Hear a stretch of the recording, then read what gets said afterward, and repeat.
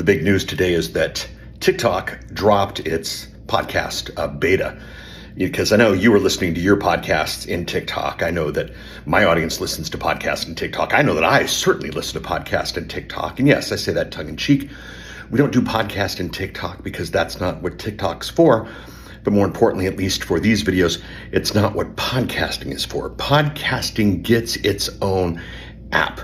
The Apple Podcast app or the Spotify app or the iHeartRadio app or whatever podcast app you choose, because it's a different consumption process than everything else.